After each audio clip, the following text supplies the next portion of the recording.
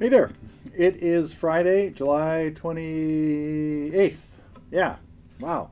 We're almost done. A couple more days left.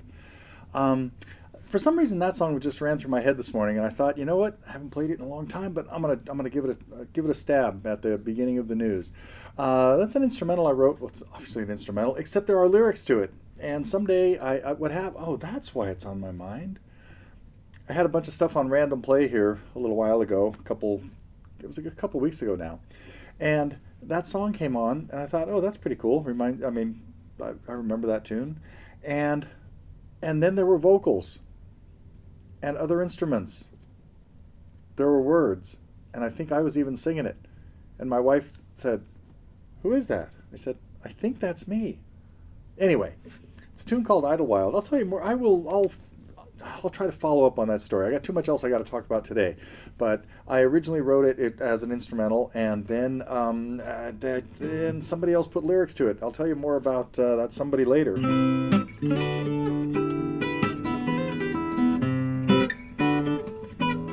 Anyway, very special lyrics by a very talented songwriter. Anyhow, okay. That's enough on that one. Today, boy, I got a lot to talk about. We had a fabulous time last week at the webinar. I hope we had like 150 people online. That was pretty cool. It turned out to be more of a kind of beginner's tips of all kind, but a lot of it is stuff that everybody should remember. So I'm not sure if what we're gonna do with it a little bit later. We might make it available for everybody to see, except that we were giving away. Oh wait, that's a different story. Never mind. I'm crossing up my stories. We got some great questions though during the webinar that I answered, and a lot of those I'm going to answer a few more of those a little bit later today about time signatures and swing and syncopation, and so some great questions came in that we didn't have time to do, but we're going to start doing that at least once a quarter, maybe a little bit more often. So the next one might be in September or October. We'll see. It'll be on a Saturday again at the same time, and we'll have. It'll be the same. So for those of you who joined us, I really appreciate it. And let's see if I had anything else to talk about with the webinar. I think not. It was really cool. Then, of course, a few weeks ago, we put out a survey, and that survey, it was for us to have a little bit more information. Things like what do you wish was at TG that isn't? Or how's it compare to other sites? That was kind of a different story too. But some interesting things came up, and I might. And then we also, as far as the survey goes, we got like almost 400 responses, and those responses we had originally planned on giving away some memberships randomly drawn to. We're going to give away 3 platinum memberships to people that responded in the survey. Because we got so many, we decided to give 5 away. So 5 people got year's subscription to the Platinum program. I guess I'm going to announce those winners right now. They've all been notified, but they are, let me see here. Jeff Steffen, John Buki, I'm not sure how to pronounce John's last name, Ted Wallach, Mike Kennelly, and Mark Weston, who got back to me and said, I've never won anything in my life. Now, he's already like a lifetime member, but there has been since day one. Anyhow, but so congratulations to those 5 guys. Hopefully you've been all in touch with Alessia. And that was the cool part of the webinar, is everybody got to see Alessia and Nazar and Jamila, the rest of my team. So, okay, enough about the webinar and the survey.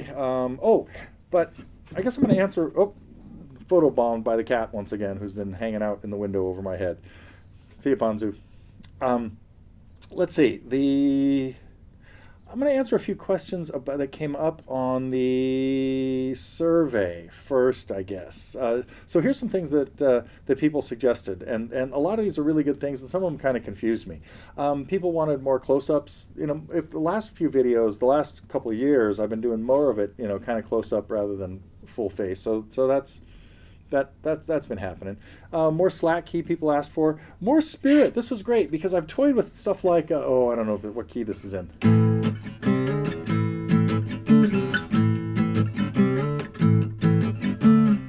I'm definitely thinking about doing some more spirit songs. So people asked about more lead and second guitar parts, and that is kind of coming up because I've got a couple of duets as I mentioned many weeks ago now, adding a second part to what is it, Windy and Warm. So I'm working on that.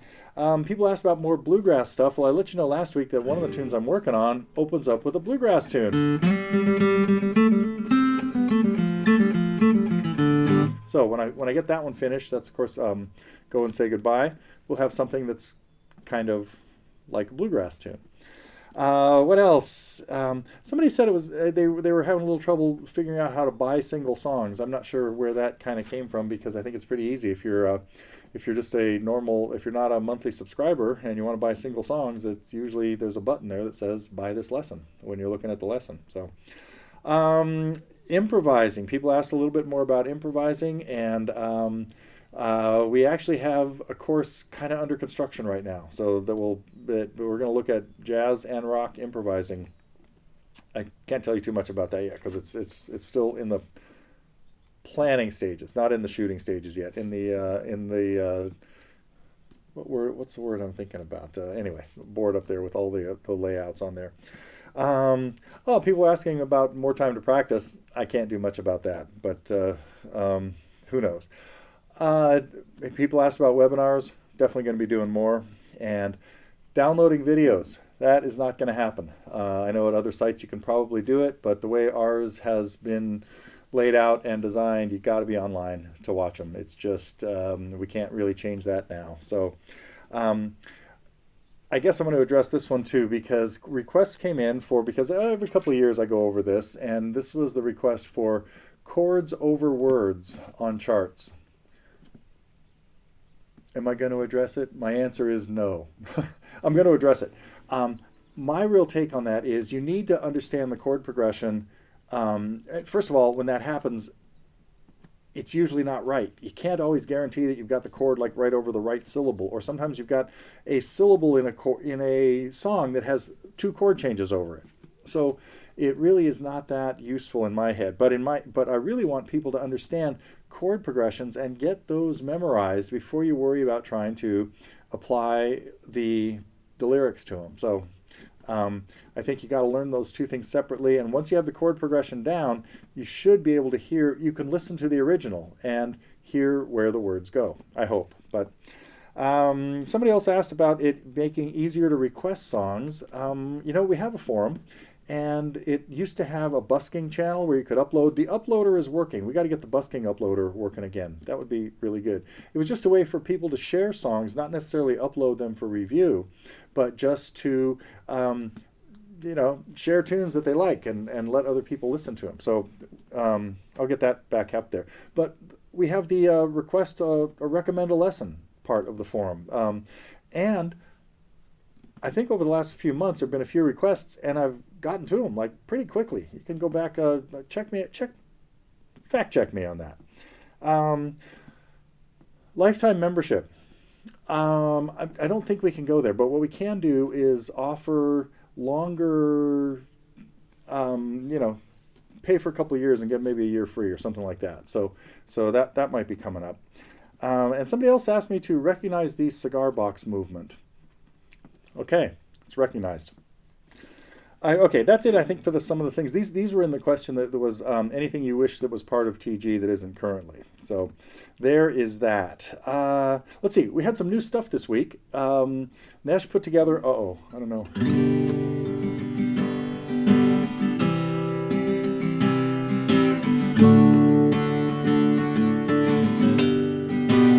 A pretty basic, a great beginning song, Take It on the Run. The REO Speedwagon. So check that one out. And then we have, I found something, I think recently, I think in the webinar, I brought up a course that I thought we had called Guitar Geography. Turns out we do have it, but it's not really available. It's all loaded up and stuff. And so I'm putting together a new pack that will be the Guitar Geography pack. It's going to be, well, just that. It's going to be combined with a lesson that Doug did called Fretboard Geometry that talks about so all of this is based into the relationship of notes on the fingerboard, and it's going to be close to 3 hours worth of stuff, 2.5 at least. So I hope to have that together like even by the time you're seeing this. So that's coming up too. So that's it for the new stuff. Let's see. I do want to address 2 questions that people asked about on the forum. One, I mean, in the webinar that I didn't get to. One asked about the difference between 2/4 and 4/4 time, and is that the same as 3/4 and 6/8? Apples and oranges. 2/4 and 4/4 are really just, they're the same time. It doesn't really matter whether you only count 1, 2, 1, 2 in a measure, or 1, 2, 3, 4. So the same song could be written out in 2/4 or 4/4. It's just that in 2/4 it would have twice as many measures. Now, a lot of ragtime pieces, Scott Joplin originals, are written in 2/4, but it's a fairly slow 2, and then most of the beats, most of the melody notes are 16th notes. So you still hear 4 bass notes, the left hand's going bum, dum, bum, dum, bum, dum, bum, dum. So those are just written out as 8th notes then, and then the melody notes, da da da da da da da da da da dum. Those would all be 16th notes. But if I wanted to write that same thing out in 4/4 time, I could take each of those notes and double their value. Instead of the bass notes being 8th notes, they could be quarter notes. So this is getting a little bit more into the difference between 4/4 and between common time and cut time, because in cut time I would feel 2 beats per measure, but those 2 beats would be half notes. Cut time is the equivalent of 2/2. And so that is, but usually when you're in cut time, you see at least 8th notes in the measure, which means splitting the main beat into 4 parts. So I'm probably compounding this more than I should, because what I should really talk about is the difference between 6/8 and 3/4. And because that is a big difference. But they could both have 6/8 notes in them. Usually in 6/8, you will not see 3/4 notes, because the main unit of beat in 6/8 is a group of 3/8 notes. So you'd usually feel the 8th notes are going like 1, 2, 3, 4, 5, 6, 1, 2, 3, 4, 5, 6. If I count 6/8 notes in a measure of 6/8 time, I'm going to have an accent on 1 and on 4. You're going to hear 1, 2, 3, 4, 5, 6, 1, 2, 3, 4, 5, 6. You're going to really feel 2 beats, 2 stronger beats that are divided into thirds. 1, 2, 3, 4, 5, 6. 1, 2, 3, 4, 5, 6. Now in 3/4 time, you're going to hear the same 6/8 notes, 1, 2, 3, 4, 5, 6. 1, 2, 3, 4, 5, 6. But the accent is every other one. 1, 2, 3, 4, 5, 6. 1, 2, 3, 4, 5, 6. So that's the main difference between 6/8 and 3/4. And a perfect example, 2 examples of songs that do something like that. One is America from West Side Story. America alternates measures. Da da da da da da. That's a measure of 6/8. 1, 2, 3, 4, 5, 6. 1, 2, 3, 4, 5, 6. 1, 2, 3, 4, 5, 6. 1, 2, 3, 4, 5, 6. Sorry, a little interruption here. But so again, the end of that story was I was going to talk about one more song that is kind of confusing, because when you hear this, let me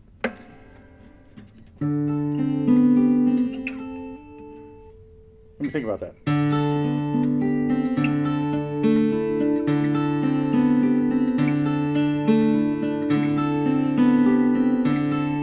When you first hear this, I'm playing a bass note every 3 beats. 1, 2, 3, 4, 5, 6. 1, 2, 3, 4, 5, 6. 1, 2, 3, 4, 5, 6. 1, 2, 3, 4. But when you hear the melody being sung, you hear do do do do do do do do. It's clearly in 3. So this rhythm of this is syncopated because we're hearing an accent on the 4th eighth note of the 6, but the beats are really 1, 2, 3, 1, 2, 3, 1, 2, 3, 1, 2, 3, 1, 2, 3. So syncopation is what's happening here, meaning we have an accent in a spot we don't expect it. And that's exactly what's going on there. We're accenting. If I was counting the 6 eighth notes in this 3/4 time as quarter notes, they would be 1 and 2 and 3 and. As eighth notes, they're 1, 2, 3, 4, 5, 6. But when you first hear this rhythm, that bass note coming in on the and of 2 makes it feel like it's 6/8 time. 1, 2, 3, 4, 5, 6. 1, 2, 3, 4, 5, 6. So that is, again, the difference between 6/8 and 3/4, but also brings in the idea of syncopation, where we're hearing an accent where we don't expect it. Now, another example, now I want to talk about another question that came up sort of along those lines, which is the difference between, is syncopation the same as swing? Completely independent. Syncopation just means accents where you don't expect them. Like, if you heard a progression like this,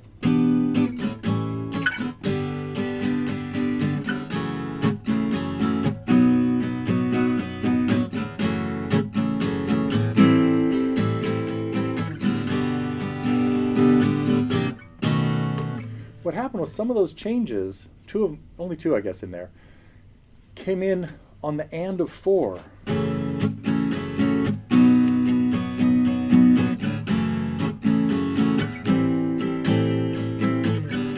That's syncopation, an accent on the and of 4 that then carries over onto beat 1. It kind of replaces the accent on beat 1.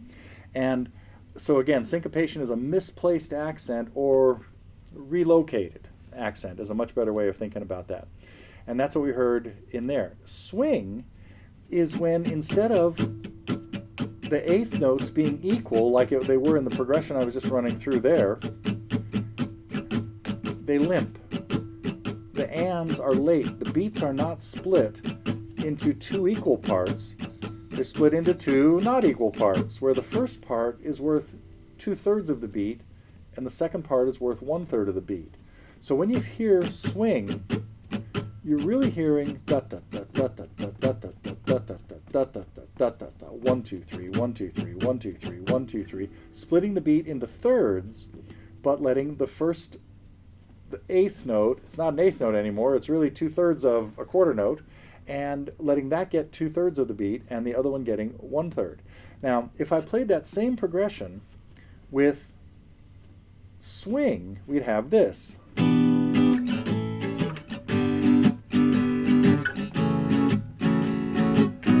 And the same syncopation where I got that chord on the up.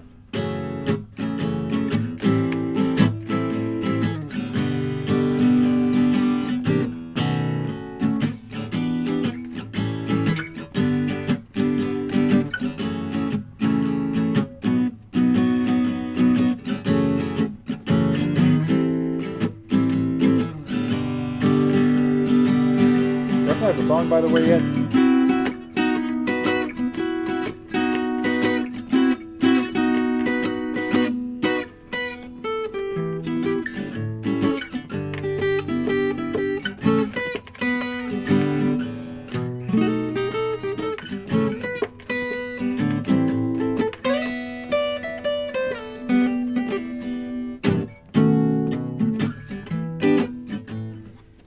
doesn't sound right for that song, does it?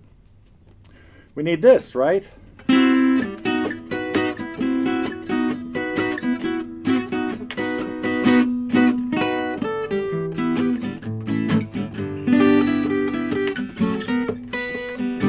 Man, just work this out.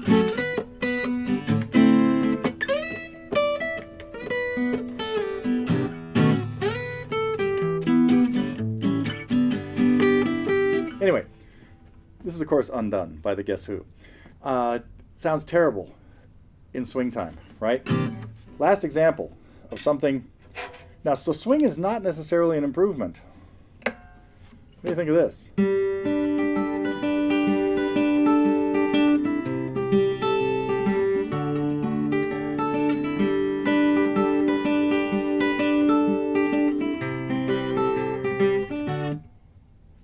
Of course, that's the wrong fret. It's supposed to be up there.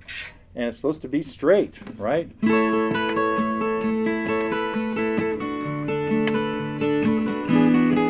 With swing,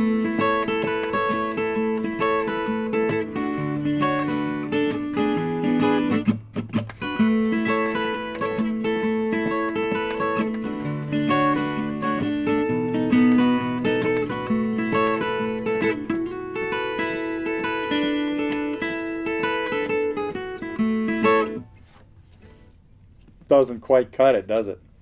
So, most songs either need swing is an option, but it changes the whole flavor of the song. Okay, I have, let's see, I think I've talked about everything I wanted to check. Oh, yes, I talked about that. I did have one I had a really funny thing happen out in the patio this morning. I was going out there. We have tons of well, not tons. We got 4 or 5 finch nests around in the house, or around the yard, and they're making a lot of noise. I'm surprised we haven't heard any, because there's one right outside in the bush there, but now a lot of them have hatched and they're making a lot of noise. And so anyhow, I went out in the patio this morning, and there was a papa finch kind of wandering around, and I thought, that's pretty weird. It's because usually if I head out there, they would like fly off. Well, then I just about stepped on the baby, who was like just trying to fly and hop around on the ground right there, and I felt like, man, this reminds me of when I was out pushing my kids on a bike with training wheels, and that's kind of what this seemed like. It seemed like Papa Finch was out helping the baby learn how to fly and stuff, and then protecting it from predators like me, I guess. So, anyway, okay, I think I'm going to end with that. That is with the Finch story today, and yeah, that's it. No other announcements. I think I covered most of what I wanted to do, and hope everybody has a great weekend, and I will be back next week. That's going to be August 4th, maybe? We'll see.